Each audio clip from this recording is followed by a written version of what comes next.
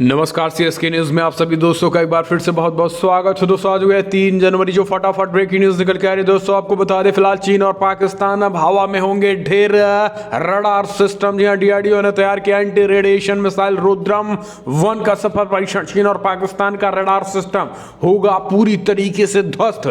दूसरी बड़ी अपडेट निकल के आ रही है, इंडिया चाइना स्टैंड ऑफ के बीच पड़ोसियों पर धौंस जमाने वाले चाइना से अमेरिका चिंतित, बोला हालात पर पैनी नजर बनाए हुए हैं। भारत और चाइना के बीच टकराहट बढ़ने की संभावना। तीसरी बड़ी अपडेट निकल के आ रही है दोस्तों, जम्मू कश्मीर में अब 3 साल, पिछले 3 साल सबसे खतरनाक 305 जवान शहीद, लेकिन अब आतंकी हमले बेहद कम हो चुके हैं। आर्टिकल 370 हटने के बाद रिपोर्ट में क्या कुछ खुलासे हुए वो आपको बताएंगे। इस बीच बड़ी खबर निकल के आ रही है, आम आदमी पार्टी के सांसद संजय सिंह के खिलाफ एमपीएमएलएम कोर्ट ने जारी किया गैर जमानती वारंट। ये बड़ी अपडेट निकल के आ रही है। जी हाँ दोस्तों, इसके बारे में आपको बताएंगे। इस बीच बड़ी खबर निकल के आ रही है, कृषि कानूनों के मसले पर हंगामे के बीच कृषि मंत्री का संसद में ऐलान। कहा सरकार हर मुद्दे पर किसानों से बातचीत को तैयार, अंदर भी चर्चा करेंगे, भीतर भी चर्चा, बाहर भी करेंगे चर्चा। जी हाँ, तो सब कुछ खबरें जानेंगे, एक एक करके आपको विस्तार से बताएंगे। लेकिन उससे पहले छोटा सा निवेदन, अगर आपने चैनल को अभी तक सब्सक्राइब नहीं किया तो प्लीज सब्सक्राइब के लाल बटन दबाकर चैनल को सब्सक्राइब करें। और अगर आप भी मानते हैं कि प्रधानमंत्री नरेंद्र मोदी के नेतृत्व में देश चीन और पाकिस्तान दोनों को मुंहतोड़ और करारा जवाब देगा, तो इस वीडियो को लाइक करके अपना समर्थन दर्ज करें। दरअसल दोस्तों, पहली बड़ी खबर निकल के आ रही है, आपको बता दें, फिलहाल भारत की पहली next generation anti radiation missile रुद्रम-1 का सफल परीक्षण। चाइना और पाकिस्तान का रडार सिस्टम होगा पूरी तरीके से हवा में तबाह। चीन और पाकिस्तान की ओर से लगातार हो रही नापाक कोशिशों का सामना कर रही भारतीय सेना को एक और दमदार हथियार मिल चुका है। बेंगलुरु में हो रहे एरोस्पेस शो के दौरान भारत की पहली next generation anti radiation missile रुद्रम-1 का झलक देखने को मिला है। इस मिसाइल की खासियत यह है कि 200 किलोमीटर दूर तक की दुश्मन के रडार सहित अपने किसी भी लक्ष्य को निशाना बना सकती है। ये मिसाइल भारतीय वायुसेना के सबसे घातक लड़ाकू विमान सुखोई 30 MKI से छोड़ी जा सकती है। खास बात यह है कि इस मिसाइल की defence research and development organisation यानी डीआरडीओ ने तैयार किया। आपको बता दें कि इस मिसाइल का लॉन्च स्पीड आवाज की गति से दोगुनी सुपरसोनिक है, और यह मिसाइल हवा में भारतीय लड़ाकू विमान की मारक क्षमता को भी बढ़ाएगी और टैक्टिकल कैपेबिलिटी को भी बढ़ाएगा। हम चलते हैं अगली अपडेट लेते हैं दोस्तों। आपको बता दें, पड़ोसियों पर धौंस जमाने वाले चाइना से चिंतित अमेरिका। कहा फिलहाल भारत और चीन के बीच बढ़ सकती है टकराहट, हालात पर बनाए हुए हैं पैनी नजर। भारत और चीन में पिछले 4 साल से जारी सीमा विवाद पर अमेरिका के राष्ट्रपति जो बाइडेन के प्रशासन की पहली प्रतिक्रिया सामने आई है। बाइडेन प्रशासन ने पड़ोसी देश पर धौंस जमाने के लिए चीन के लगातार जारी प्रयासों पर चिंता जताते हुए उन्होंने कहा है कि फिलहाल इन हालातों पर अमेरिका पैनी नजर बनाए हुए है। नए बाइडेन प्रशासन में एक शीर्ष अधिकारी ने कहा है कि अमेरिका सामरिक रूप से अहम हिंद प्रशांत क्षेत्र में साझा मूल्यों को आगे बढ़ाने के लिए अपने सहयोगियों के साथ खड़ा रहेगा। व्हाइट हाउस की राष्ट्रीय सुरक्षा परिषद NSC की प्रवक्ता एमिली जे हॉर्न ने कहा है कि फिलहाल हमने हालात पर करीब से नजर बना रखी है। भारत तथा चाइना की सरकारों के बीच चल रही बातचीत की हमें जानकारी है। हम इस सीमा विवाद के शांतिपूर्ण समाधान के लिए सीधी वार्ता का समर्थन करना जारी रखेंगे। हॉर्न भारत के क्षेत्रों में घुसपैठ कर उन पर कब्जा जमाने के चीन के हाल के प्रयासों से संबंधित सवालों का जवाब दे रही थी। उन्होंने कहा है कि फिलहाल चीन द्वारा पड़ोसियों को डराने धमकाने के निरंतर प्रयासों से अमेरिका चिंतित है। उन्होंने कहा है कि हिंद प्रशांत क्षेत्र में साझा समृद्धि, सुरक्षा एवं मूल्यों को आगे बढ़ाने के लिए हम अपनी मित्र, साझेदारी और सहयोगियों के साथ खड़े रहेंगे।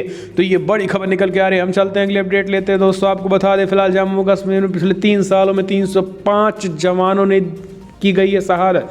आतंकी हमले लेकिन अब कम हो चुके हैं। आर्टिकल 370 हटने के बाद पूरी तरीके से नियंत्रण में है जम्मू कश्मीर।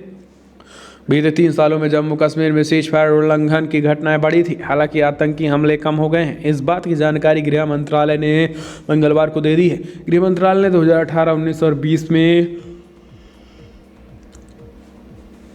हुए आतंकवादी हमले और सीजफायर उल्लंघन के मामले में जुड़े ब्यौरा पेश किया। इसके अलावा मंत्रालय की तरफ से किसान आंदोलन, नक्सली समेत कई बड़े मुद्दों की जानकारी भी दी गई है। गृह मंत्रालय की तरफ से जारी किए गए आंकड़े बताते हैं कि साल 2020 में सीजफायर उल्लंघन के 5133 मामले सामने आए थे। इनमें से 22 आम नागरिक की मौत हो गई थी। हम चलते हैं अगले अपडेट लेते हैं दोस्तों। कृषि कानूनों में संसद में विपक्ष का हंगामा। तोमर बोले सरकार सदन के भीतर और बाहर चर्चा को है तैयार। विपक्षी लगातार कर रहे हैं गुमराह। 3 नए कृषि कानूनों पर विपक्षी दलों के आरोप के बीच कृषि मंत्री नरेंद्र सिंह तोमर ने मंगलवार को कहा है कि सरकार किसानों से जुड़े हर मसले पर संसद के अंदर और बाहर चर्चा करने को तैयार है। विवादों में घिरे 3 नए कृषि कानूनों को वापस लेने की मांग को लेकर कांग्रेस, तृणमूल कांग्रेस, द्रमुक सहित अन्य विपक्षी पार्टियों के सदस्यों के भारी हंगामे के कारण मंगलवार को लोकसभा और राज्यसभा की कार्रवाई बाधित रही। गौरतलब है कि पंजाब, हरियाणा और यूपी के कुछ हिस्सों में हजारों की संख्या में किसानों का प्रदर्शन पिछले 2 महीनों से विवादास्पद 3 नए कृषि कानूनों को रद्द करने और न्यूनतम समर्थन मूल्य की गारंटी देने की मांग करते हुए प्रदर्शन कर रहे थे। तो दोस्तों ये बड़ी खबर निकल के आ रही है कहीं ना कहीं एक तरीके से अपने आप में। हम चलते हैं अगली अपडेट लेते हैं दोस्तों। लव जिहाद के मसले पर केंद्र सरकार ने कहा कि फिलहाल राज्यों को पूरी स्वतंत्रता है कि वो लव जिहाद का कानून बना सके। जी हाँ, तो दिया बड़ा झटका इन जिहादियों को, इन खास करके भोली भाली हिंदू लड़कियों को फंसाने वाले कठमुल्लों को। जी हाँ, एक तरफ जहाँ बीजेपी शासित प्रदेशों में लव जिहाद को लेकर नए कृषि कानून बनाए गए हैं, तो वहीं सदन में इस मसले पर केंद्र सरकार ने कहा है कि फिलहाल राज्यों को पूरी स्वतंत्रता है कि वो लव जिहाद के मसले पर कानून बना सकें। जहाँ पे जिस कानून की मांग होगी वहाँ पे वो कानून बनाया जाएगा। हालांकि दोस्तों केंद्र सरकार ने यह स्पष्ट कहा है कि फिलहाल केंद्र सरकार की तरफ से कोई इस तरीके के कानून या प्रावधान नहीं आएंगे।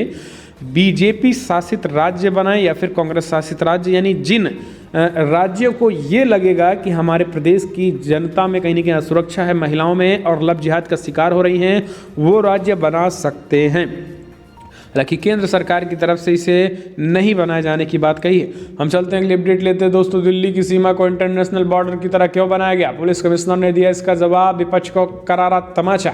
दिल्ली के police commissioner S N Srivastava ने हालिया आंदोलन और हिंसा के दौरान धैर्य दिखाने के लिए दिल्ली पुलिस के जवानों की प्रशंसा की है। उन्होंने जवानों से कहा है कि उनके उकसावे का प्रयास किया गया लेकिन उन्होंने अपना धैर्य बनाए रखा है। तो Delhi police commissioner Srivastava, S N Srivastava ने कहा है कि हमें आंतरिक इनपुट और सूचना के आधार पर शांति बनाए रखने के लिए अपनी रणनीति बनाने की आवश्यकता है। उन्होंने पुलिस के जवानों को उनकी ड्यूटी पर मुस्तैद रहने के लिए सराहते हुए कहा है कि फिलहाल उन्होंने गाजीपुर सीमा क्षेत्र का दौरा किया और वो सीआरपीएफ, आरपीएफ टीम से मिले और वो खराब मौसम के बावजूद अपनी ड्यूटी कर रहे हैं।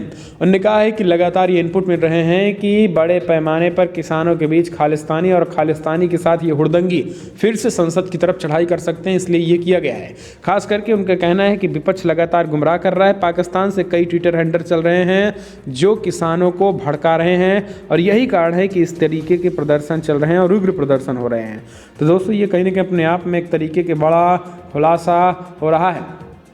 हम चलते हैं अगली अपडेट लेते हैं दोस्तों। खट्टर सरकार का बड़ा ऐलान। अब हरियाणा में 3 फरवरी शाम 5 बजे तक 7 जिलों में इंटरनेट सेवा रहेगी बंद। जी हाँ, किसान आंदोलन के मद्देनजर हरियाणा सरकार ने इंटरनेट बैन की समय सीमा को बढ़ा दिया है। मनोहर लाल खट्टर सरकार ने अब 3 फरवरी शाम 5 बजे तक इंटरनेट बंद करने का फैसला लिया है। इस दौरान प्रदेश के 7 जिलों में इंटरनेट सेवा बंद रहेगी।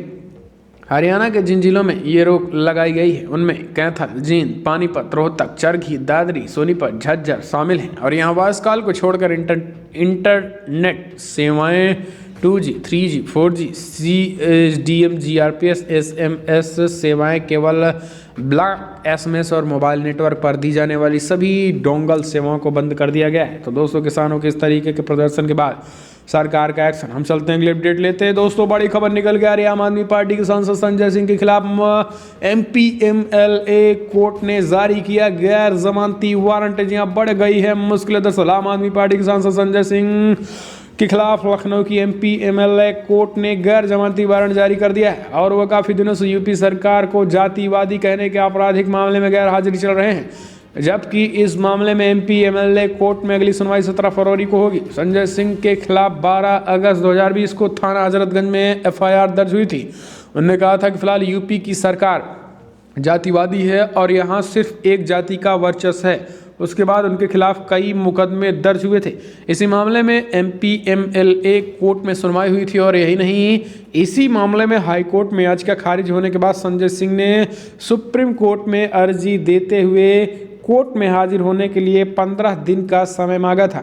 वहीं आप सांसद के खिलाफ यूपी में दर्ज आपराधिक मामले को खारिज करने की मांग वाली याचिका पर सुनवाई को सुप्रीम कोर्ट ने अगले हफ्ते के लिए टाल दिया है। तो ये बड़ी खबर निकल के आ रही है दोस्तों। हम चलते हैं अगली अपडेट लेते हैं। आपको बता दें फिलहाल CM योगी आदित्यनाथ के निर्देश 10 दिनों में स्कूलों में शुरू हो 6ठी से 12वीं तक की पढ़ाई। जी हाँ, कोरोना महामारी के चलते बंद हुए स्कूलों को खोलने का दौर अब शुरू हो गया है। इसी के चलते यूपी प्रदेश के मुख्यमंत्री योगी आदित्यनाथ ने अब स्कूल खोलने के निर्देश नए सिरे से जारी कर दिए हैं। CM ने दिशा निर्देश देते हुए कहा है कि कक्षा 6 से 12वीं तक की स्कूल 10 दिन के अंदर खुल जाने चाहिए और पढ़ाई भी शुरू करवाई जाए।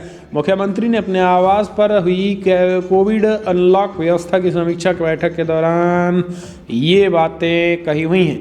हम चलते हैं अपडेट लेते हैं दोस्तों। आपको बता दें फिलहाल बड़ी खबर निकल के आ रही है जो जानना बेहद जरूरी है कि क्या किसान नेताओं में पड़ने लगी है फूट। जी हाँ, ये बड़ी खबर निकल के आ रही है। कोई बातचीत के हक में तो किसी ने रख दी है शर्तें। दिल्ली के बॉर्डर पर हजारों की संख्या में किसान नवंबर महीने में नए कृषि कानूनों के विरोध में प्रदर्शन कर रहे हैं। गणतंत्र दिवस की ट्रैक्टर परेड में हुई हिंसा में कुछ दिनों तक आंदोलन जरूर कुछ धीमे पड़ा, लेकिन भारतीय किसान यूनियन BKU के प्रवक्ता राकेश टिकैत के भावुक होने के बाद हालात पूरी तरीके से बदल गए हैं। आंदोलन कुछ ही देर में कई गुना अधिक बढ़ गया। पंजाब, हरियाणा, पश्चिमी UP समेत कई जगहों में किसानों की बड़ी संख्या में प्रदर्शन वाली जगहों पर आ रहे हैं और कानूनों को वापस लेने की मांग कर रहे हैं। हालांकि इस बीच संयुक्त किसान मोर्चा और BKU के नेता राकेश टिकैत के ऐसे बयान सामने आए हैं जिनमें भिन्नता नजर आ रही है। इन बयानों को आधार माने तो किसान नेताओं में कुछ हद तक फूट जरूर दिखाई दे रही है। किसान नेता लगातार केंद्र सरकार से पिछले दिनों तक बातचीत कर रहे थे। सरकार और इन नेताओं के बीच में बातचीत 11वें दौर की बैठक हो चुकी है। हम चलते हैं अपडेट लेते हैं दोस्तों। बड़ी खबर निकल के आ रही है। आपको बता दें फिलहाल लोकसभा में कृषि मंत्री तोमर बोले किसानों के मुद्दे पर चर्चा के लिए तैयार है सरकार। जी हाँ, दरअसल ये एक बड़ी खबर निकल के आ रही है। आपको बता दें कि फिलहाल राजधानी की सीमाओं पर किसानों का आंदोलन जारी है। प्रदर्शन मुख्य रूप से गाजीपुर बॉर्डर पर केंद्रित हो गया है, मगर सिंधु और टिकरी बॉर्डर पर भी बड़ी संख्या में आंदोलनकारी मौजूद हैं। गाजीपुर बॉर्डर पर आंदोलन का नेतृत्व कर रहे राकेश टिकैत ने मंगलवार को ऐसा बयान दिया जिनमें सरकार की चिंता बढ़ सकती है। टिकैत ने कहा किसान आंदोलन अक्टूबर तक चलेगा। तो दोस्तों आपको समझ सकते हैं कि विपक्ष के इशारे पर काम कर रहे ये कुछ फर्जी किसान जो हैं, ये जिनको विदेशी फंडिंग हो रही है दोस्तों, वो किसानों के प्रदर्शन को बढ़ाना चाहते हैं यानी लंबे समय तक। और अगर आप भी मानते हैं कि इस राकेश टिकैत के खिलाफ कार्रवाई की जानी चाहिए जिस तरीके से इसने दिल्ली में दंगे भड़काए थे, तो आप कमेंट के माध्यम से अपनी राय देना ना भूलें दोस्तों। हम चलते हैं अगले अपडेट लेते हैं दोस्तों। राजस्थान की पूर्व मुख्यमंत्री वसुंधरा राजे ने की अमित शाह के साथ मुलाकात, घंटे भर चली बैठक। जी हाँ, दरअसल राजस्थान की पूर्व मुख्यमंत्री वसुंधरा राजे और केंद्रीय गृह मंत्री अमित शाह के बीच देर शाम हुई करीब 1 घंटे की मुलाकात से कई लोग हैरान रह गए। इस मुलाकात के बाद तरह तरह की राजनीतिक चर्चाएं भी शुरू हो चुकी हैं। पिछले 1 हफ्ते में वसुंधरा राजे BJP के कई बड़े नेताओं से मुलाकात कर चुकी हैं, जिसकी वजह से केंद्र और राजस्थान के बीच BJP नेताओं में हलचल मच गई है। BJP की राष्ट्रीय उपाध्यक्ष राजे ने बीते 1 हफ्ते में पार्टी चीफ JP नड्डा, रक्षा मंत्री राजनाथ सिंह, नितिन गडकरी, धर्मेंद्र प्रधान, राजस्थान इंचार्ज अरुण सिंह से मुलाकात की है। इस पूरे मामले में वाकिफ BJP के एक सीनियर नेता ने बताया कि आमतौर पर शाह किसी के साथ बैठक में 10-15 मिनट तक चलती है, लेकिन उनका शेड्यूल काफ़ी बिजी रहता है। लेकिन राजे के साथ ये बैठक तकरीबन घंटे भर तक चली। उन्होंने आगे कहा है कि फिलहाल पहले राजे और शाह के बीच असहमतियों पर चर्चाएं होती रही, लेकिन अब दोनों के बीच सब कुछ सहज हो गया है। पार्टी से वसुंधरा की दूसरी विशेष रूप से राजस्थान में राजनीतिक गतिविधियां दिखाई देती हैं। ऐसे में इस पर भी शाह के साथ बातचीत हुई होगी। तो ये एक तरीके की बड़ी खबर निकल के आ रही है।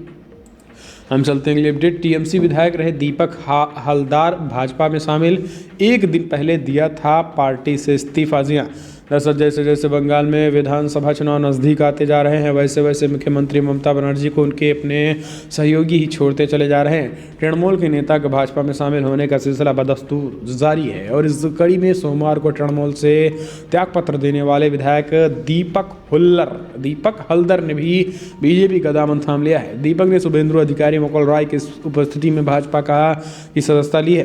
दीपक हल्दर पश्चिम बंगाल के डायमंड हार्बर से विधायक हैं। हालांकि सोमवार को इस्तीफे देने के बाद से ही उनके भाजपा में जाने की अटकलें लगाई जा रही थी। तो दोस्तों ये बड़ी खबर ममता दीदी को लग रहा है ताबड़तोड़ झटके पर झटका, झटके पर झटका, झटके पर झटका। हम चलते हैं clip date. Web series Mirzapur से जुड़े 7 लोगों को पुलिस ने भेजा नोटिस दिया।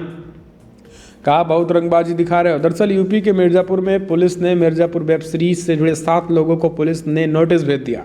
नोटिस में इन सभी को 15 दिनों के अंदर बयान दर्ज कराने के निर्देश दे दिए गए हैं।